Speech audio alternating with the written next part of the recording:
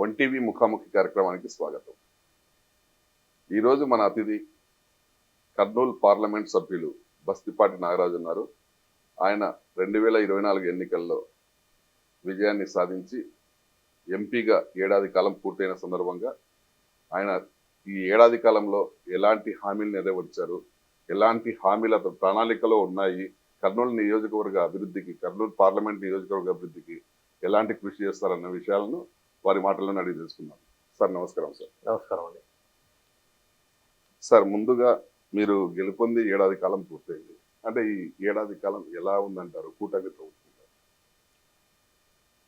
మీరు గత ప్రభుత్వంతో కంపేర్ చేస్తే మీరు బాగా గమనించండి. ఎందుకంటే మీడియా పాత్రికలు కూడా చాలా ఇంపార్టెంట్ రోల్ ఇక్కడ సమాజంలో. ఎందుకంటే గత ప్రభుత్వంలో ఏ విధంగా ఉండేది పరిపాలన, ఈ కూటమి ప్రభుత్వం వచ్చిన తర్వాత ఏ విధంగా అనేది సుస్పష్టంగా మీడియా పాత్రికేయులుగా ప్రజలకంతా కనబడుతుంది. ఎస్పెషల్లీ నేను చెప్పాలంటే ఈ కూటమి ప్రభుత్వం వచ్చిన తర్వాత సంక్షేమం అయితేనేమి, అభివృద్ధి అయితేనేమి, ఈ రెండు జోడెద్దుల్లాగా పరిగెత్తాయనేది మనం ఎన్నికల్లో వాగ్దానం చేశాం. అందులో భాగంగా మీకు మేనిఫెస్టో కూడా ఆల్మోస్ట్ ఆల్ 1 year లోపల క్లియర్ చేశాం. నేను చెప్పేదంటే ఏ విధంగా ఉందంటే మీరు క్లియర్గా అడగండి. మన జిల్లా గురించి కానీ ఏదైనా నేను ప్రతి విషయం మీకు కూలంకషంగా చెప్పగలుగుతాను మీడియా పాత్రికేయులకు. అంటే ఈ ఏడాది కాలంలో ఎంపీ పదవిగా, మెంబర్ ఆఫ్ పార్లమెంట్గా, కర్నూలు పార్లమెంట్ సభ్యులుగా మీరు సంతృప్తికరంగా ఉన్నారు? నేను మెంబర్ ఆఫ్ పార్లమెంట్ అయిన తర్వాత మొన్నటి రోజుకి ప్రమాణ స్వీకారం చేసి ఏడాది 2గా గడిచాను. అందులో భాగంగా నాకైతే 100% సాటిస్ఫాక్షన్ ఉంది. ఎందుకంటే నేను ఏం చేసిన అనేది పార్లమెంట్ ప్రజలు కలర్ చూశారు. కాబట్టి మీరు ఈ కర్నూలు జిల్లా గురించి మీరు అడగండి, నేను స్పష్టంగా మీకు వివరిస్తా కూడా. కర్నూలు పార్లమెంట్ నియోజకవర్గ అభివృద్ధి కోసం మీరు ఎలాంటి చర్యలు తీసుకుంటున్నారు? నేను కర్నూలు పార్లమెంట్ ప్రజలకు నేను చెప్పేది ఏమంటే, ఎలక్షన్ ప్రచార పర్వంలో భాగంగా ఆ రోజు మేము పార్లమెంట్ ప్రజలకంతా ఒకటే మనవి చేశాం. మనం 25 పార్లమెంట్లోకి వెళ్ళా మన పార్లమెంట్ కొంచెం ఇరిగేషన్ పరంగా చాలా వెనకబడ్డాము, పారిశ్రామికంగా వెనకబడ్డాం, ఈ మౌలిక వస్తువుల్లో వెనకబడ్డాం. ఈ మూడే మన మేనిఫెస్టో అని చెప్పేసి నేను ప్రచార పర్వంలో భాగంగా నేను సొంతంగా పార్లమెంట్ ప్రజలకు గట్టిగా హామీ ఇవ్వడం జరిగింది. అందులో భాగంగా ఈ కర్నూలు పార్లమెంటుకు నేను ఎందుకంటే రాష్ట్రం గురించి తర్వాత చెప్తా, తెలుగుదేశం పార్టీ కూటమి ప్రభుత్వం వచ్చిన తర్వాత, జనసేన బీజేపీ అలయన్స్లో భాగంగా వచ్చిన తర్వాత, మేము ప్రమాణ స్వీకారం చేసిన తర్వాత మొట్టమొదట మాకు లెటర్ హెడ్స్ ఇస్తారు పార్లమెంట్లో. మొదటి లెటర్ హెడ్ ఏమిటంటే, కర్నూలు పార్లమెంట్లో రెడీగా ఒక 60% వర్క్ అయిపోయి 470 కోట్లతో రెడీగా ఉన్నటువంటి CMLRF central mid life rehabilitation centre అని చెప్పేసి మనకు సెంట్రల్ గవర్నమెంట్ ఇచ్చినటువంటి రైల్వే ప్రాజెక్ట్ అది. దాని మీద మొదటిగా కసరత్తు చేయడం జరిగింది. అందులో భాగంగా మాకు ఈ సౌత్ సెంట్రల్ జిఎం ఒక పెద్ద మీటింగ్ చేస్తే విజయవాడలో, నేను దాని మీద గట్టిగా గలం ఇస్తే నాకు డేట్ కావాలి, ఖచ్చితంగా ఒక స్పష్టమైన డేట్ కావాలని ఎంపీలందరి సమక్షంలో అడిగితే సార్ గారు కూడా డిసెంబర్ 25, 2025 కంతా కంప్లీట్ చేస్తానని గట్టిగా హామీ ఇచ్చారు. అందులో భాగంగా నేను పలు దఫాలుగా ఆ సెంట్రల్లో కేంద్ర రైల్వే మినిస్టర్ని అయితేనేమి, సహాయ మంత్రులను అయితేనే వాళ్ళని కలిస్తే మళ్ళీ తర్వాత 2వ దఫా ఒక మీటింగ్ ఏర్పాటు చేశారు. ఖచ్చితంగా ఈ సౌత్ సెంట్రల్ జిఎం గారు ఒక్కసారి విజిట్ చేయండి ఆ ప్రాజెక్ట్ అని చెప్పేసి చెప్తే అందులో భాగంగా జిఎం గారు వచ్చారు. ఆయన స్వయంగా పర్యవేక్షించిన తదుపరి ఏదో వచ్చి పర్యవేక్షించిపోయినారనేది మాత్రం కాదు. అక్కడ మనకు ఎందుకంటే పాట్నా వాళ్ళకు కాంట్రాక్ట్ ఇచ్చారు. అది అక్కడి నుంచి వాళ్ళు దాన్ని ఈ సౌత్ సెంట్రల్ రైల్వే వాళ్ళు దాన్ని హ్యాండ్ ఓవర్ చేస్తున్నారు. కాబట్టి ఇక సౌత్ సెంట్రల్ వాళ్ళ ఆధ్వర్యంలో 30% ఫిలప్ కానీ అతి త్వరలో మనకు డిసెంబర్ 25 ఇచ్చారు డేటు. మ్యాక్సిమం అంటే నెక్స్ట్ మార్చ్ కల్లా అది ఓపెన్ అయిపోయి బ్రహ్మాండంగా ప్రత్యక్షంగా 2000 మందికి, పరోక్షంగా 2000, దాదాపు 4000 మందికి ఉపాధి కలగబోతుందని చెప్పేసి మీకు స్పష్టంగా తెలియజేస్తున్నాం. అంటే ఇంకా మీరు ఇచ్చిన హామీల్లో ఏవి ప్రస్తుతం అమలులో ఉన్నాయి, ఇంకా పూర్తి కావడానికి ఇంకా ఎంత టైం పట్టచ్చు అంటారు? ఇప్పుడు రైల్వే ప్రాజెక్ట్ నేను మొదటి అంశం చెప్పాను, అది పెద్ద ప్రాజెక్ట్ కాబట్టి 4000 మందికి ఉపాధి అనేది అది ఒక అంశం. 2వ అంశం వచ్చేసి మీరు బాగా భౌగోళికంగా తీసుకోండి. మన కర్నూలు పార్లమెంటు 7 అసెంబ్లీ, మనకు పత్తికొండ ప్రాంతంలో దాదాపు ఒక 20-25 నుంచి ఒక కళ, అక్కడ ఒక టమోటా జ్యూస్ ఫ్యాక్టరీ రావాలని చెప్పేసి ఒక కళ. మేము వచ్చిన తదుపరి ఈ కూటమి ప్రభుత్వం వచ్చిన తర్వాత ఖచ్చితంగా ఇక్కడ కావాలని చెప్పేసి మేము గౌరవ మంత్రివర్యులను కూడా, మనకు ఎందుకంటే భారీ పరిశ్రమల శాఖ మంత్రి ఉన్నారు కాబట్టి అది ఒక పరిశ్రమ కాబట్టి మేము పత్తికొండ ఎమ్మెల్యే గారిని మేమైతేనే చొరవ తీసుకున్న దాని విషయంలో ఏమైనా పత్తికొండ ప్రాంతంలో ఈ పరిశ్రమ పెట్టాలి అని చెప్పేసి మేము గవర్నమెంట్ దృష్టికి తీసుకపోతే అది 11 కోట్ల రూపాయలు వెంటనే శాంక్షన్ చేసి పరిపాలన అనుమతులే కాదు ఆ కట్టడానికి కూడా అన్ని రకాల అనుమతులు జారీ చేసి 1 ఇయర్ లోపల, అంటే దాదాపు ఒక 8 నెలల లోపే, 1 ఇయర్ కూడా నేను చెప్పాను, 8 నెలల లోపల అది కంప్లీట్ అయ్యి 10 నెలల లోపల రైతులకు అందుబాటులోకి వస్తుందని చెప్పేసి నేను తెలియజేస్తున్నాను. కాబట్టి అంటే ఆ ప్రాంతంలో ఎన్నో ఏళ్ళ నుంచి ఉన్నటువంటి కళ కూడా 8 నెలల్లో జరగబోతుందంటే మీరు ఒకసారి ఆలోచించాలి. అంటే పత్తికొండ ప్రాంతం గురించి నేను చెప్పేది. రెండో విషయం, మీరు పారిశ్రామికంగా నేను చెప్పేది ఇక్కడ వచ్చేసి ఇది, అక్కడ వచ్చేసి అది, పత్తికొండది కర్నూలు ప్రాంతంలో ఇది. మీకు ముఖ్యంగా మన కర్నూలు పార్లమెంట్ ఎంటైర్ ఆలోచించాల్సిన విషయం, గొప్ప విషయం అది. దేశవ్యాప్తంగా 13 సెంటర్లు ఇచ్చింది పార్లమెంట్లో, పారిశ్రామిక కేంద్రాలు అని చెప్పేసి 13 సెంటర్లు ఇస్తే అందులో మన ఓర్వకల్ ఒకటి. అంటే కర్నూలులో ఉన్నటువంటి ఒక ఓర్వకల్, కర్నూలుకు అతి సమీపంలో ఉన్నటువంటి ఓర్వకల్. కాబట్టి మనం చాలా గర్వపడాలా. దేశంలో వన్ ఆఫ్ ద బెస్ట్ పారిశ్రామిక కార్డర్ కాబోయేది ఓర్వకల్. కాబట్టి ఆ ఓర్వకల్ మీకు ఏమంటే నేను చెప్పేది ఏమంటే, ఆ నోడ్ పాయింట్ అంటే ఏమంటే, ఆ నోడ్ పాయింట్ ఏముంటుందంటే మనకు సెంట్రల్ గవర్నమెంట్ నుంచి మొత్తం మనకు అలొకేషన్ అవుతుంది అక్కడ. ఇప్పుడు రీసెంట్గా 2,800 కోట్ల రూపాయలు ఆల్రెడీ డిపాజిట్ అయిపోయినాయి అక్కడ. 2,800 crores డిపాజిట్ అయిపోయినాయి. అంటే మౌలిక వసతుల కోసం ఆ పేమెంట్. అందులో భాగంగా ఈ పారిశ్రామిక కేంద్రంలో, ఈ హబ్లో ఏం చేయాలని చెప్పేసి గౌరవ ముఖ్యమంత్రి వారు ప్రత్యేక చొరవ తీసుకొని ఢిల్లీలో ఒకరోజు మన రామ్మోహన్ నాయుడు గారి యొక్క ఆధ్వర్యంలో డ్రోన్లకు సంబంధించి ఇండియాలోనే కాదు ప్రపంచంలో ఉన్నటువంటి పెద్ద పెద్ద సంస్థలందరూ పిలిపించి రామ్మోహన్ నాయుడు కేంద్ర మంత్రివర్యుల యొక్క ఆధ్వర్యంలో ఒక మీటింగ్ ఏర్పాటు చేసి ఆ డ్రోన్లు రాబోయే కాలానికి ఒక చరిత్ర అని చెప్పినంటే ఆ డ్రోన్లకు సంబంధించి ఒక పెద్ద సమ్మిట్ పెట్టడం జరిగింది. ఆ తర్వాత గౌరవ ముఖ్యమంత్రి వారు మా రాష్ట్రానికి రండి, ఖచ్చితంగా మా చూడండి అని చెప్పని ఇక్కడికి వచ్చిన తర్వాత అక్కడ మనకు విజయవాడలో అది బండి తెగిపోయి ఇద్దరు మీకు తెలిసే విషయమే. ఆ డ్రోన్లకు వాళ్ళు సహకారం అందిందారు. ఆ తర్వాత ఈ ఆంధ్ర రాష్ట్రంలో ఖచ్చితంగా డ్రోన్లు అవసరం ఉందని చెప్పేసి గౌరవ ముఖ్యమంత్రి వారు మన ఓర్వకల్కు దాదాపు 300 ఎకరాలు అలాట్ చేశారు. అందులో కూడా 116 ఎకరాలు ఫస్ట్ ఫేజ్ దాదాపు ఒక నెల లోపల, అంటే ఈ రోజు నుంచి ఒక నెల పెట్టుకోండి మీరు, భూమి పూజ జరగబోతా ఉంది. డ్రోన్లకు ఒక హబ్బుగా ఆడ కేంద్రం ఏర్పడుతుంది. ఈ విధంగా అదే కాదు రకరకాల పారిశ్రామిక పరిశ్రమలు వస్తుంది. అలాగే సెమీ కండక్టర్లు, ఎస్పెషల్లీ అనంతపురం జిల్లాకు ఏ విధంగా అయితే కియా మోటార్ల పరిశ్రమ ఉందో, మన కర్నూలు జిల్లాకు రాబోయే రోజుల్లో ఒక ప్రత్యేక వెలుగు వచ్చే సెమీ కండక్టర్ల పరిశ్రమ దాదాపు 14,000 కోట్లతో చర్చలు జరుగుతూ ఉన్నాయి. ఆ భగవంతుని ఆశీర్వాదంతో, నిండుగా మన ప్రజల ఆశీర్వాదంతో ఖచ్చితంగా అది మన కర్నూలు పార్లమెంట్ రావాలని చెప్పేసి నేను కోరుకుంటా ఉన్నాం. అది త్వరలో సాకారం అవుతుందని చెప్పేసి కూడా నాకు విశ్వాసం ఉన్నది. కాబట్టి కూటమి ప్రభుత్వం ఒక్కసారి మీరు ఆలోచించాలా. గత ప్రభుత్వంలో ఎక్కడన్నా ఒక్కటి చెప్పడానికి కూడా అర్హత లేదు వాళ్ళకి.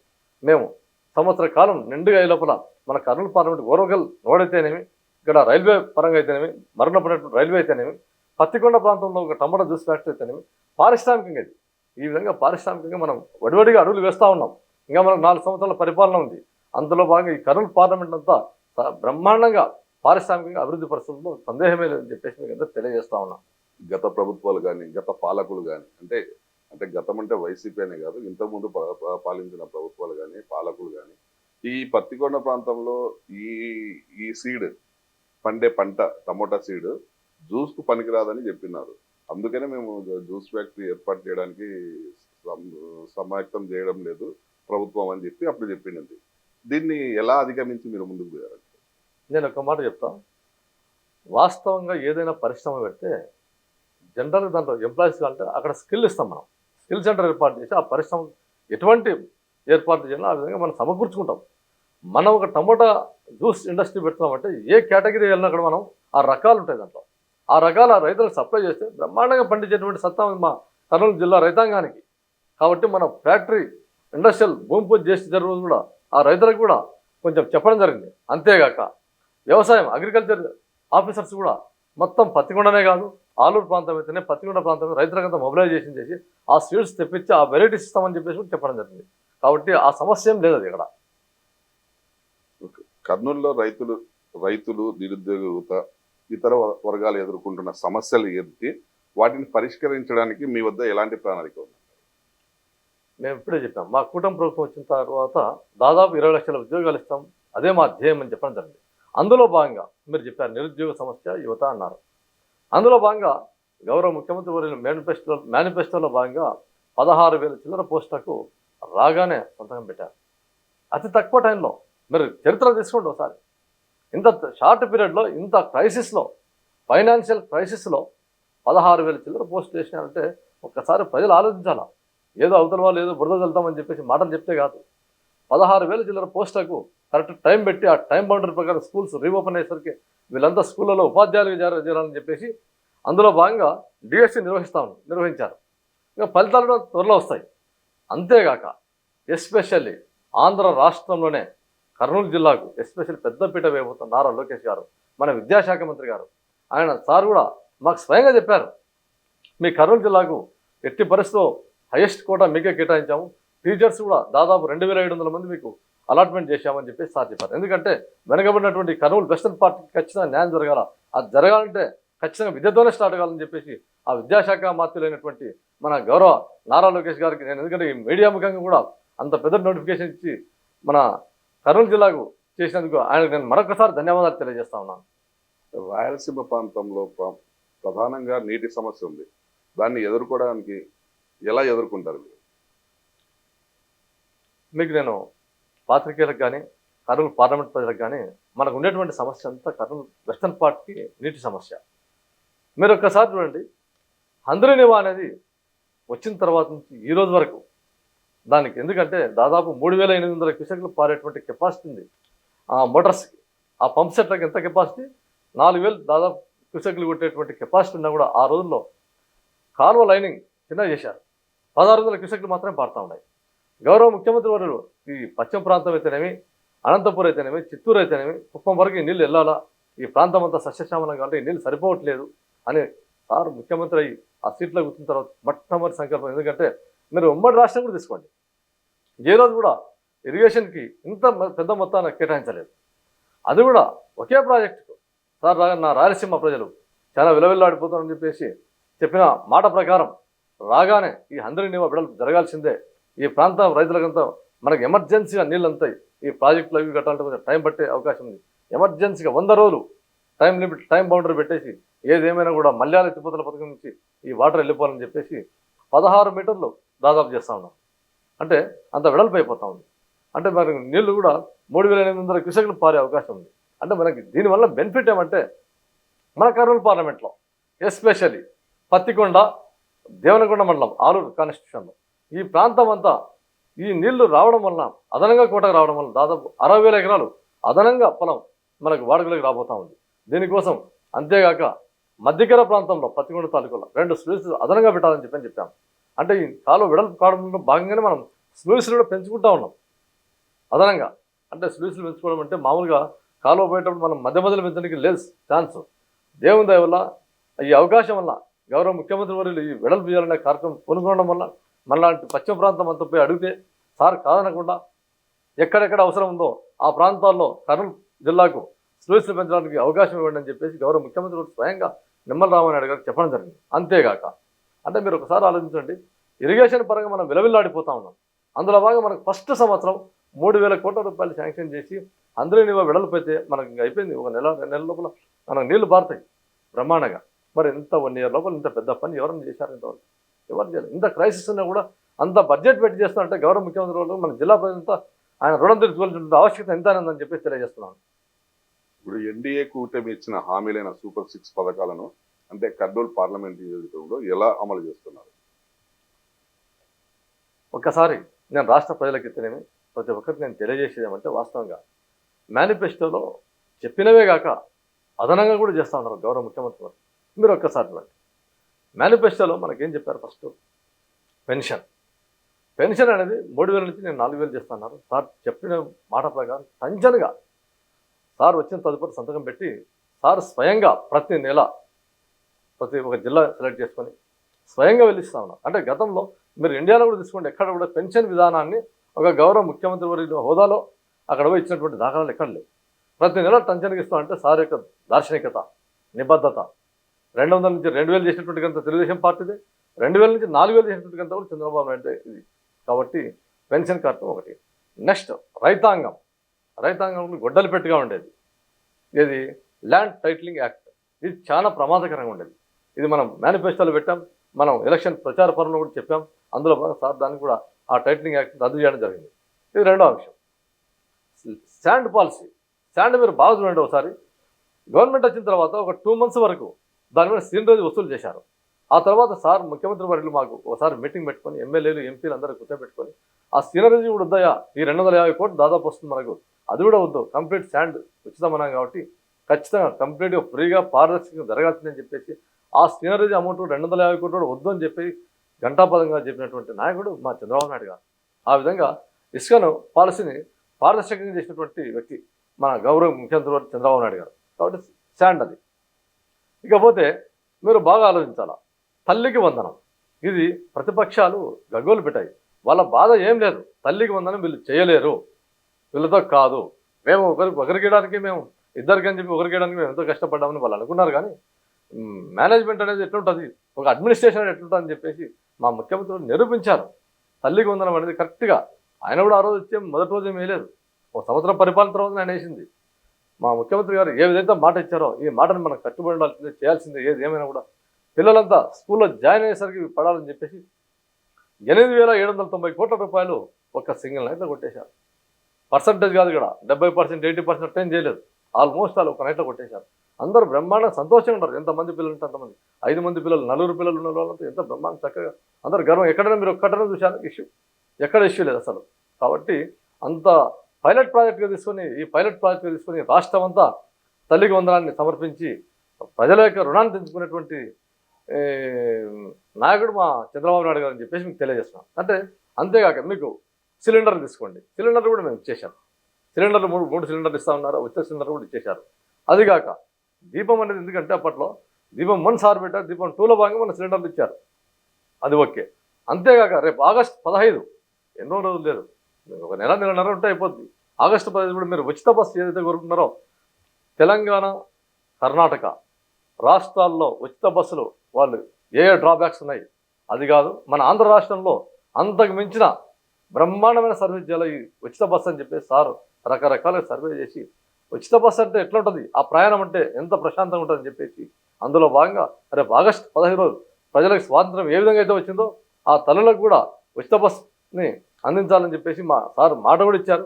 కాబట్టి అది కూడా త్వరలో నెరవేరబోదు. అంటే మీరు ఒకసారి ఆలోచించాలా, మేనిఫెస్టోలో జరగని ఏందో మీరు రండి, మా అందరికి డిబేట్కి రండి, మా ముందర వచ్చి చేయలేకపోయినా ఇది ఎప్పుడు చేస్తారని అడగండి, మీరు ఏదైనా ఉంటే సలహాలు చేయండి, సూచనలు ఇవ్వండి. అంతేగాని చేసేటువంటి పార్టీని 1 ఇయర్లో ఇన్ని సంక్షేమ కార్యక్రమాలు చేసింటే ఒక్కసారి ఆలోచించాలి మీరంతా. ఇప్పుడు ఈ గ్యాస్ సిలిండర్స్, ఉచిత గ్యాస్ సిలిండర్ దీపం పథకంలో భాగంగా ఉచిత గ్యాస్ సిలిండర్స్ అవి అమలు చేస్తున్నారు. దాంట్లో కొన్ని లోపాలంటే అమౌంట్ ఏదో పడట్లేదు అనేది బాగా ప్రచారం ఉంది. దీపం ఇప్పుడు మన తల్లికి వందనంలో కూడా చాలా మందికి రాలేదని ఒకటి. శాండ్ విషయంలో గత ప్రభుత్వంలో కంటే ఈ ప్రభుత్వంలో రేట్లు ఎక్కువగా పెట్టాల్సి వస్తుంది, అధికార పార్టీ నాయకులు దోపిడీ వల్ల అని అంటున్నారు. దాని గురించి మీరేమంటారు? నేను మీడియా పాత్రికేయులకు చెప్పేది క్లియర్ కట్గా 2 అంశాలు. మీరు దీంట్లో లోపాలు ఉండవు కదా అని మీరు అంటున్నారు. ఇది డిస్ట్రిక్ట్ పాలసీ కాదు, స్టేట్ పాలసీ. స్టేట్ పాలసీలో చిన్న అరకొర ఎక్కడ కొందరికి ఏదైనా మిస్టేక్ జరిగితే దానిని వాళ్ళు పోర్టల్లో పెట్టుకోవడానికి, వాళ్ళు అప్లై చేసుకోవడానికి ఒక అవకాశాన్ని, వెసులుబాటుని కల్పించారు. మీరు దాని దృష్టి తీసుకురండి, ఎక్కడ చిన్న మిస్టేక్ జరిగితే సరి చేసుకుంటామని చెప్పేసి కూడా గవర్నమెంట్ బహిరంగంగా చెప్పింది. మాకు తెలిసి కంప్లైంట్లు చాలా తక్కువ. ఎక్కడ కూడా మీరు ఏ పేపర్ని ఏ పత్రికని తీసుకోండి, కంప్లైంట్లు వచ్చిన దాఖలాలు చాలా తక్కువ. సరే అటువంటివి ఉంటే కూడా మా దృష్టి తీసుకురండి అని చెప్పారు ఒక అంశం. సిలిండర్లకు మీరు సార్ కూడా మన ఏం చెప్పారంటే మన మీటింగ్లో కూడా మేము అడ్వాన్స్గా వేసేద్దాం, దీనికి అమౌంట్ కూడా వేసేద్దాం, ఎందుకు సిలిండర్లకు అని చెప్పేసి సార్ చెప్పడం జరిగింది. కాబట్టి ఏ స్కీమ్ కూడా చాలా ఎంత పారదర్శకంగా అంటే చాలా చక్కగా జరుగుతుంది, దాంట్లో అనుమానం లేదు. ఒకటి మీరు శాండ్ గురించి చెప్పారు, శాండ్ ఎక్కడ పొరపాటు జరగట్లేదు. మీరు మీడియా పాత్రికేయులు కర్నూలు ఉన్నారు, కోడుమూరు నియోజకవర్గంలో ఎన్నో రీచ్లు ఉన్నాయి. మన కర్నూలు జిల్లాకు ఉండే రీచ్లే మనం ఎక్కడ వద్దు, రాష్ట్రం కూడా వద్దు, కర్నూలు జిల్లాలో మీరు ఇక్కడే ఉన్నారు. కర్నూలు జిల్లాలో ఏమున్నాయి రీచ్లు, మనకు కోడుమూరుపేటలో ఉండే రీచ్లే హైయెస్ట్, మంత్రాలయం దగ్గర 1-2 ఉన్నాయి. మీరు ఒక్కసారి గ్రౌండ్ మీదకి పోండి, ఒకసారి ఏం జరుగుతుంది నాయకులు చేస్తున్నారని. ఎక్కడ నాయకులు కూడా ఇన్వాల్వ్ కాలే. మేమంతా ఎక్కడ కూడా ఆ ఇసుక విషయంలో, ఎందుకంటే సార్ 1-10 సార్లు మాకు చెప్పారు ఈ శాండ్ అనేది పారదర్శకంగా జరగాలన్నారు. కాబట్టి బ్రహ్మాండం జరుగుతూ ఉంది. మీరు ఎందుకంటే ఏదో ఫ్యాన్ల కింద కూర్చొని ఇట్లా అట్లా అని క్వశ్చన్ చేస్తే దానివల్ల నో యూజ్.